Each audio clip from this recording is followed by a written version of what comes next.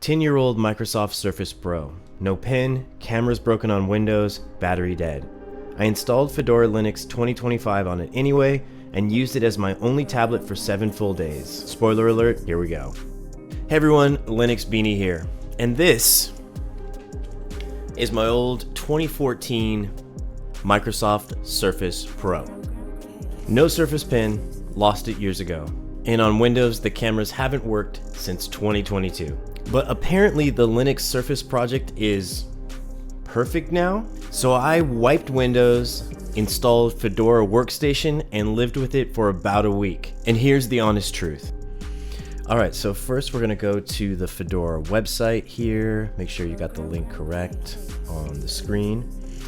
And we are going to go down now and make sure that we have the correct ISO file that we're going to download. Hit download. It will download. Now we're going to flash the USB drive. This is Balena Etcher. I'm going to choose the ISO file here. Hit open.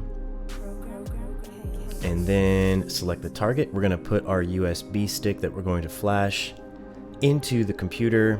I put it in here, and now I am going to select the target. There's the USB stick, hit go, and flash. And now it's going to flash the USB stick with the Fedora ISO. And just like that, we are done.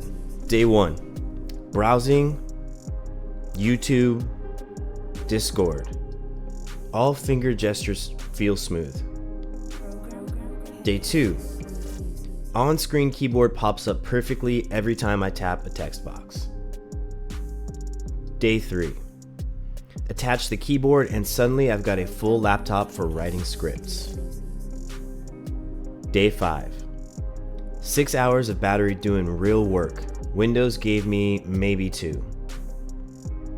Day 7, I literally forgot this thing was from 2014. Alright, what works?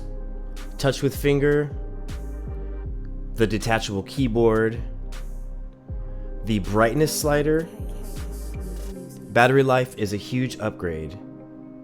And suspend and resume was just a little bit janky, if I have to admit.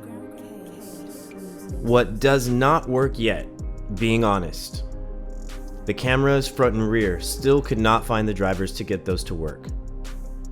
The Surface Pen, because I don't have one, but the driver I think is still there if you do, could work. Auto rotation in every direction worked when I first downloaded Fedora, but doesn't seem to be working now. Here's why I'm still obsessed. You don't need the pen, finger touch is flawless, it works pretty well. GNOME on Wayland is the best tablet experience right now. 6+ hours of battery life on a 10+ years old device. The keyboard attach and detach is still pretty magic, and completely free resurrection of old expensive hardware. Okay, now here's the bad. The cameras are still dead. It doesn't seem like the Linux Surface team has really cracked that one yet.